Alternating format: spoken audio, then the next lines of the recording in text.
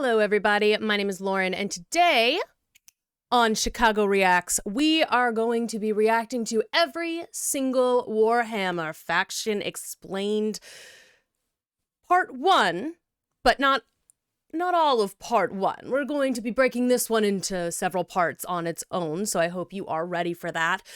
Before we begin, I just want to apologize for any potential technical difficulties that I have. My Stream Deck app on my phone is not working, so I'm a little bit slower with some of the starts and stops, etc. right now. Just bear with me on this. It is a problem we are working on getting fixed. Also, before we begin, I just wanted to just ask y'all to continue to share, to subscribe, to like these videos if you want to check out other stuff. We have so many other opportunities for you to do that on the channel. I feel like other people on this channel have also reacted to this video in and of itself. So if you want to see more content like this, just continue to click through the links at the end. And we are very, very grateful to have you. If you want to become a Patreon, we are also very grateful for that. You get to participate in polls, you get to see content early, sometimes very early, in the case of several of the movie reacts. So it's just, an extra little perk. It helps us out as well. So once again, thanks for being here. Bear with me. And today I'm going to be reacting to, like I said, every single Warhammer 40k faction explained. So, without further ado, look at his lovely little face. It's a great place to start the video. Anyway, let us go. As someone who doesn't necessarily serve the Omnissiah, but someone who can appreciate them, you will not be getting my legs today, as I will be replacing them with various things depending on which faction we are currently talking about to add a little bit more context and possible comedy to whatever the hell I am currently doing. So, hello everybody, my name is Bricky, and this is going to be a long video and a large project that has been going on for quite some time. This is, I need 2 hands for this.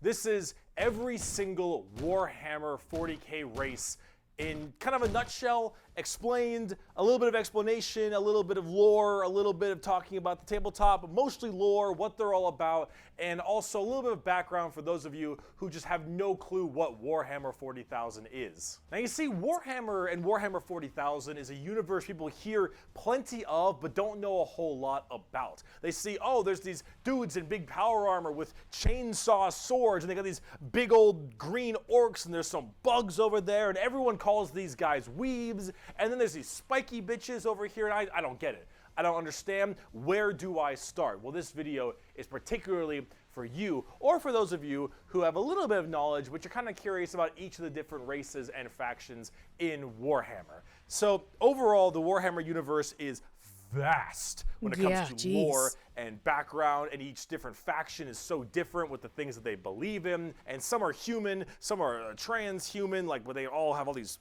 crazy ass electronics on them. You've got aliens and you've got the chaos factions, and there's so much to entail that I decided to embark on this project to tell you what each and every single one of them is about, and what the Warhammer universe is about as well, to give at least a little bit of an intro to this extremely bloated Fool's but door. very, I like that very one. Enjoyable That's a lot. world That's so that much. I and many others partake in. So I will be explaining every single faction in the Warhammer 40k universe, at least all the factions you can play as, and some smaller factions here and there. I will not be discussing absolutely everything in it because that is a little bit much, and I'm not going to go too mega deep into the lore. I'm going to give you... This is a man who says he's not going to go too mega deep into the lore, and there are 2-hour-long parts to this thing.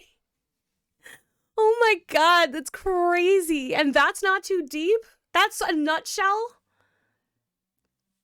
Okay, that's a lot. Jesus.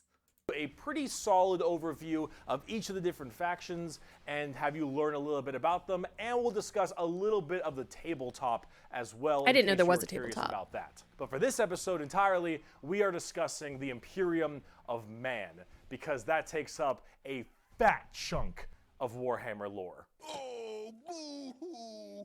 What is Warhammer 40,000? Well, the 40,000 starts off is the year 40,000, the 41st millennium. That's where it takes place, is in the year 40,000, 41,000 AD. you're already more knowledgeable. Let me read you a quote, first of many quotes in this video. It is the 41st millennium. For more than 100 years, the Emperor has sat immobile on the golden throne of Earth. He is the master of mankind by the will of the gods, and master of 1,000,000 worlds by the might of his inexhaustible armies. He is a rotting carcass, writhing invisibly with power from the dark age of technology. He is the carrion lord of the Imperium, for whom 1,000 souls are sacrificed every day so that he may never truly die. To be a man in such times is to be amongst untold billions. It is to live in the cruelest and most bloody regime imaginable. These are the tales of those times. Forget the power of technology and science, for so much has been forgotten, never to be relearned. Forget the promise of progress and understanding, for in the grim, dark future, there is only war. There is no peace. Is that where the phrase grimdark comes from? Does it literally come from this? When we talk about like how the new Batman movies or whatever are just like, oh, it's so grimdark. Is that what, did it come from this? Amongst the stars, only an eternity of carnage and slaughter and the laughter of thirsting gods. Everything blows, and it blows fucking hard. Warhammer is probably the most dark and depressing universes ever in fiction, or at least like top 3.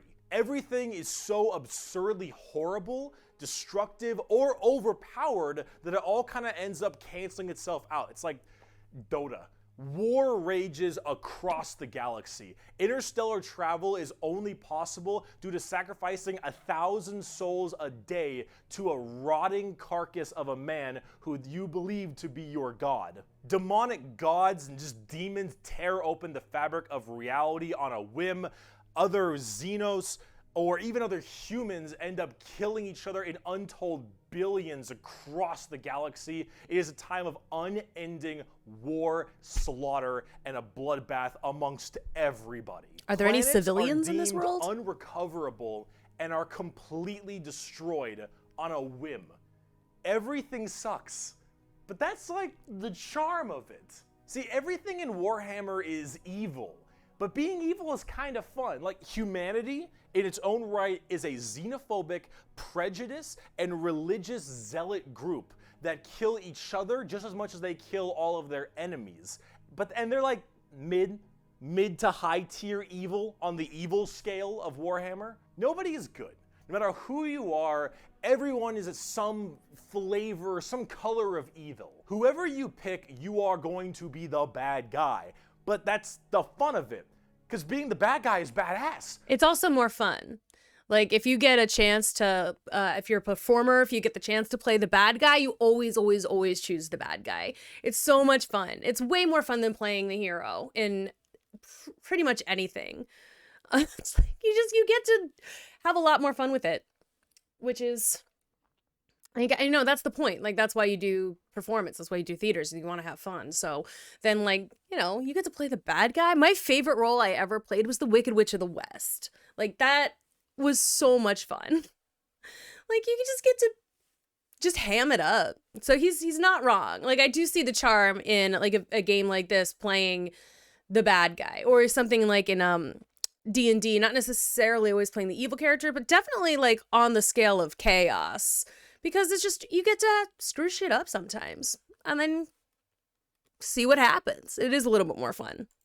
Villains are cool. They look cool. They got cool outfits. They got cool weapons. They got cool armies. Villains are cool, man. And when everyone is a villain, everyone is pretty cool. That's what makes this so charming, is that everyone can be the bad guy.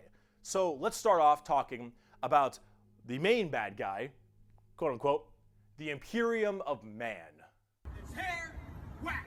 It's gear, whack. The Imperium of Man is the main empire of the human race. All of humanity is under this one flag called the Imperium. And about 10,000 years ago, there was a man. He was the emperor of mankind, a 10-foot-tall psychic demigod who led humanity across the stars to colonize tons and tons of worlds, create superhuman soldiers, and really bring humanity into a new age. This man, the Emperor of Mankind, was a psyker. And a psyker is like a magician of sorts. In the world of 40k, there is the warp, the immaterium, kind of like hell, but sort of like a purgatory dimension of hell. And a psyker is someone who can take that power and manifest it through their mind to use it to do stuff, like witchcraft stuff, magician stuff, spells, and lots of other things, but we don't want to get too into that. This all looks like electricity to me. The Emperor, big boy psyker. Top tier, A+, maybe even S. Now, the Emperor created a bunch of sons. Yes, created a bunch of sons known as the Primarchs. He created 20. So is this, and they all look like him, it looks like. So is this sort of a, like in She-Ra, like the Hordak Prime, like he created a bunch of mini Hordaks? Is it like that? 18 Primarchs, to have them lead all of the different legions of humanity to the different stars and planets to help colonize and bring it out. Just he gave them different These hairstyles? Primarchs are basically like little versions of the Emperor. Yeah. Not all of them are psychers, but a lot of them are very, very powerful, and they lead his special Space Marine legions. Then this big clusterfuck happened called the Horus Heresy, where the Emperor's favorite son, the Primarch, Horus, ended up joining Chaos and leading 9 of the 18, half of his Primarchs directly to Earth to fight down the Emperor himself. Now, if you want to know what Chaos is, remember what I mentioned earlier, the warp, that immaterium, the hellish place? In there relies the 4 Chaos gods. Ooh. Imagine like I like Satan her, and the 3 mermaid. other Satans. The warp being kind of evil. I gotta go back, those sorry. Chaos But gods, no, I like that. I like the mermaid lady. Relies the 4 Chaos gods. Imagine like Satan and 3 other Satans. The warp being kind of evil, those Chaos gods, that's the reason.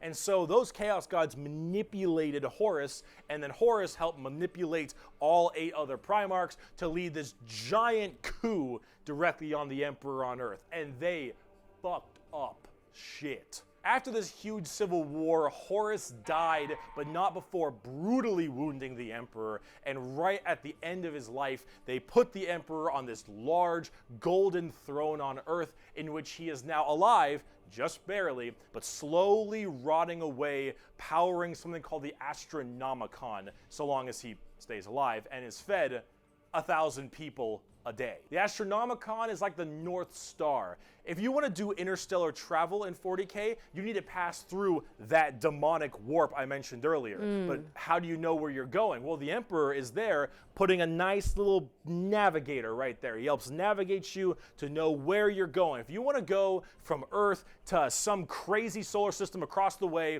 you need to go through that warp, and then you need to know where you're going, go through there, and pop your way out. It's like doing nether travel in Minecraft, so you can shorten the distance between going to areas. So long as the Emperor is alive and being fed 1,000 people a day to stay alive, you can do that. The moment he dies, interstellar travel's gone for all of humanity. You're so boned. Now, since the Horus Heresy 10,000 years ago, the Imperium has fallen from grace substantially. All technology has started to dwindle and die. There is now giant fundamental religious extremists that now believe the Emperor of Mankind was a deity, a true living god, which is probably the last thing the Emperor would have wanted to be remembered for. So now you have this thing called the Ecclesiarchy, which is this giant church entirely devoted to spreading the good word of the Emperor. He is now the Holy Emperor God, the God Emperor of mankind, and all of the Imperium has taken up worshiping him to the fullest extent and killing anything that isn't humanity in his name. The Imperium has this futuristic gothic tone to it and a hefty religious zealotry to That's them. really cool looking. If you think anything against the Emperor, that's heresy and you deserve to die. That is called being a heretic. Heretics die in 40k. There is no such thing as freedom of religion. There is no such thing as freedom of speech, so long as you are against the Emperor. There is no such thing as any kind of tolerance. Everyone is a religious zealot. Some more than others, but no matter what, you preach in that good word. Okay, who's that guy? Right now, everyone in humanity is trying to expand their empire across the stars. If you are a heretic, someone who doesn't believe in the Emperor, you... And that's beautiful. Like, I mean, it's like this image is beautiful, not the Not the Dalekian spreading it across everything and killing everyone that doesn't believe in you. You are deserving of death. If you believe in the Chaos Gods, you are also a heretic and you deserve death. If you are an alien race of any kind, you are a filthy Xenos and you deserve death as well. So long as the murder continues and humanity expands, the Imperium of Man is very, very happy. However, the largest fighting force of this Imperium is my personal favorite faction, and the first faction we will discuss, the Astra Militarum, or also known as the Imperial Guard. Pretty shit now, man. You finished? Are these the For the Emperor guys? Is that who this is?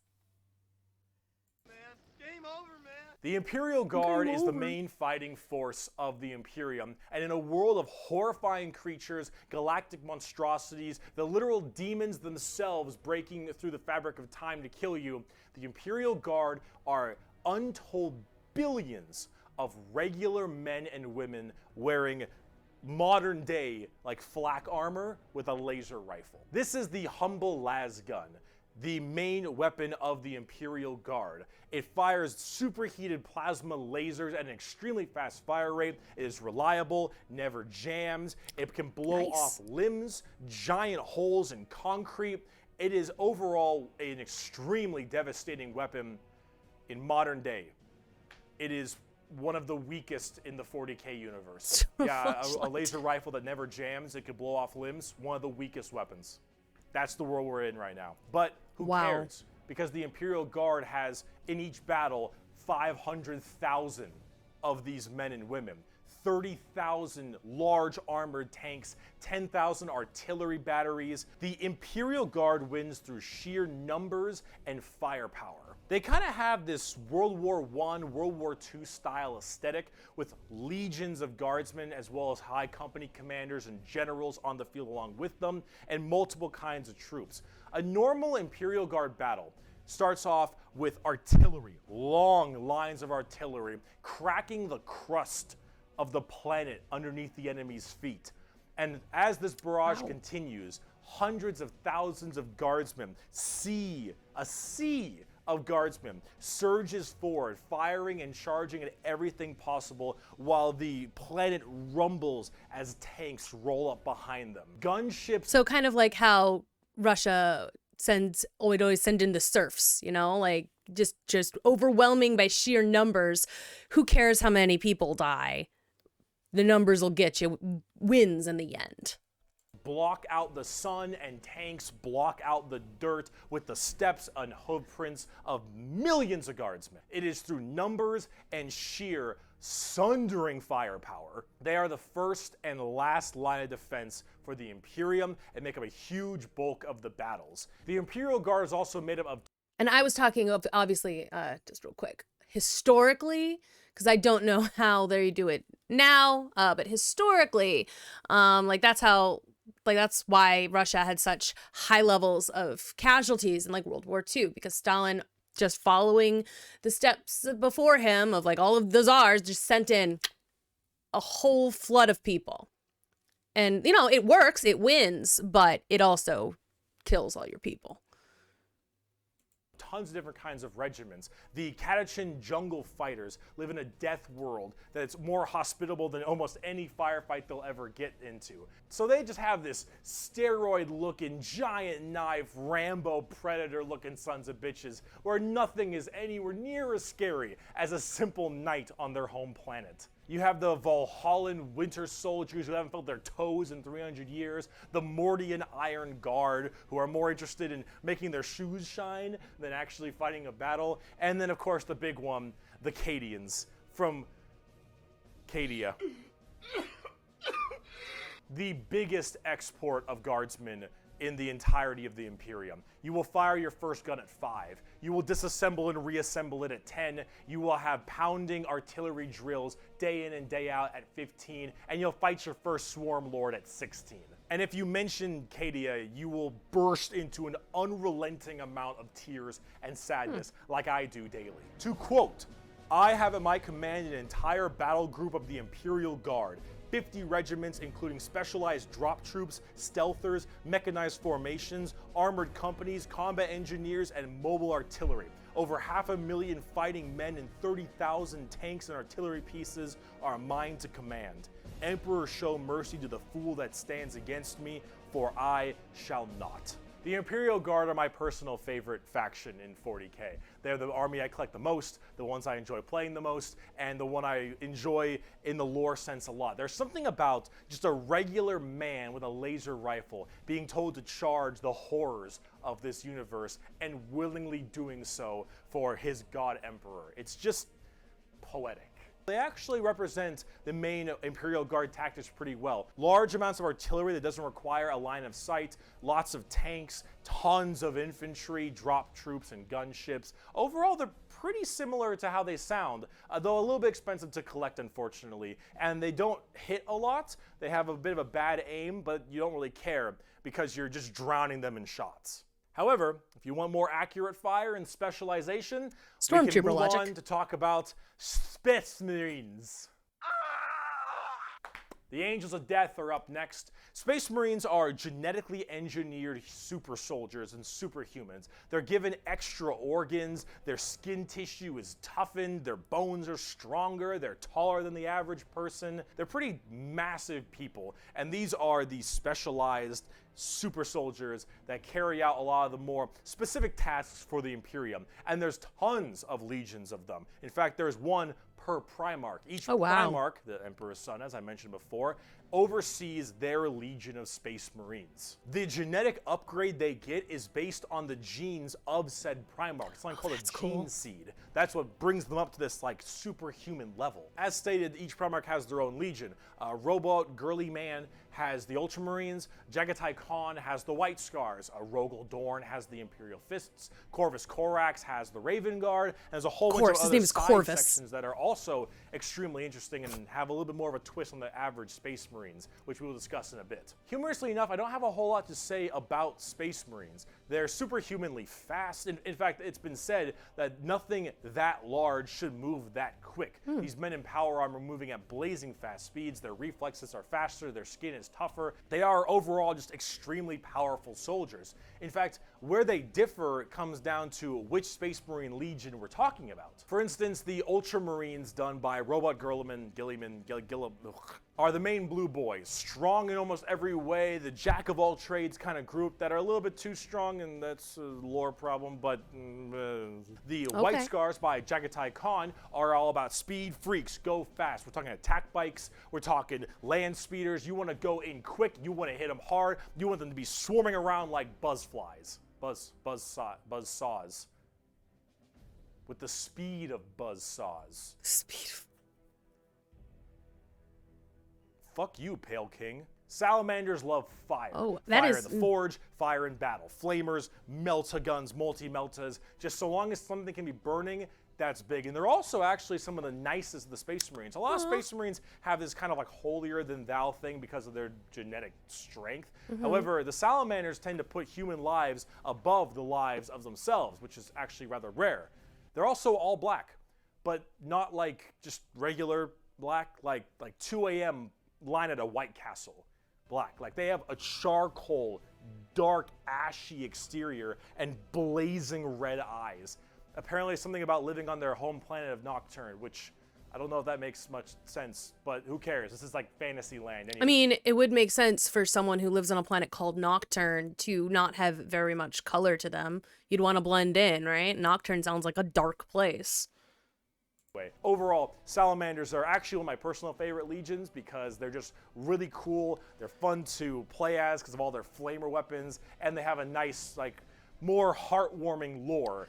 And I can see that too. That'd be excellent. Okay, so they're flamey, right? So, but they're super dark. So they're dark colored, and then they blend in to the night around them, and then suddenly you're on fire. That's kind of cool, like, and also terrifying for your enemies. I see it. opposed to being super evil like everyone else is. Oh my god, we're not even a quarter of the way through the Space Marine Legions. Imperial Fists believe in the power of the siege and defensive positions. Raven Guards, master of stealth and sabotage while having bird helmets. Iron Hands, masters of machines and vehicles while being really goddamn good at being sold on eBay after one nerf. Space Wolves, Vikings and wolves and tons of wolves and axes, battle axes, fur everywhere. Space Wolves, angry, big teeth, Blood Angels, the genetic defect to make them want to drink blood and go crazy called the Red Thirst. They have Cupid wings and stuff, which is a little bit strange, and they are all super gay for Sanguinius. Dark Angels are old school knights and inner circle theme, and He looks like Dr. Doom. Are you a heretic? Me? No, never. Once in a blue moon, I know. Death Watch, a fancy anti-Xenos group that nobody plays because Death Watch, and they look cool though, but no one plays them. I don't know about Death Watch. They're there though. Black Templars, for the people who, if you haven't prayed at least 3 times a day, you're gonna start praying out that airlock. And I'm sure there's some other chapters I may have missed as well, like Crimson Fists and stuff. But those are the main ones right here. Here, quote from the Emperor himself. They shall be my finest warriors, these men who give of themselves to me. Like clay I shall mold them, and in the furnace of war I shall forge them. They shall be of iron will and steely sinew. In great armor I shall clad them, and with the mightiest weapons shall they be armed. They will be untouched by plague or disease, no sickness shall blight them. They shall have such tactics, strategies, and machines that no foe will best them in battle. They are my bulwark against the terror. They are my defenders of humanity. They are my Space Marines, and they shall know no fear. Ooh. And on the tabletop, Like they the Unsullied. fuck. Oh, they fuck hard. As of making this video, Space Marines are laughably strong. That might change at some point, but overall, Space Marines just have it's like a Swiss Army knife. A tool for anything you need, except it's like a gold-plated Swiss Army knife. It is extremely strong. If you are actually getting into the tabletop of Warhammer, Space Marines are a great start. Also, whatever gameplay style you have, whether you want to be sit back with long range and heavy weaponry, go fast and run in, or even just full melee, all of these options are totally there for you. Space Marines are super badass, but unfortunately, it's time we start praying to our new god, the 2011 Honda Civic. All right, so we're going to pause here for this particular entry. All right. I mean, those sound fun. I like the salamander guy. And again, it feels like it does make sense tactically to, if you're going to be in a situation where you are going to be at a genetic disadvantage, you hope you have the numbers, because numbers can overwhelm almost anything. Like you see it with ants too, like totally wrecking things that are bigger than them, or like killer bees when they swarm a creature and just like do that vibrating thing. That was a weird thing to do with my hands. And then they can kill something much bigger than them because they have the numbers. So that does make a lot of sense, and it is kind of fun to like listen to the names that some of these Space Marines and these factions have, and kind of try and guess what their homeworlds would be like and why they look the way they do and why they sort of adapted into doing the things that they did. I think that's kind of fun because that is the kind of nerd I am. So, I mean, like, of course, Corvus is the Raven faction. Like, dude, the main guy's named Corvus. Like, obviously. I love that. That's amazing. I do wish that we had, maybe spent a tiny bit more time on some of them, because it's not like we're not already going to spend about 1 million years on this particular, on this video. But no, that's interesting. And I'm excited to continue. So we will have a part 2 and then also a part 3. So stick around, stay tuned. We'll make sure that we get those out to you very soon. Thanks again for tuning into this video. If you want to see more things like this, check out our channel, check out our other channels. We have several now. So we look forward to hearing from you. We look forward to seeing those subscription numbers go up too. Anyway, anywho, thank you again. Make sure that you stick around for part 2. And thanks again to our Patreons. We really, really couldn't do this without you. So Again, much obliged. We love you very much, and I will see you all in the next video. Bye.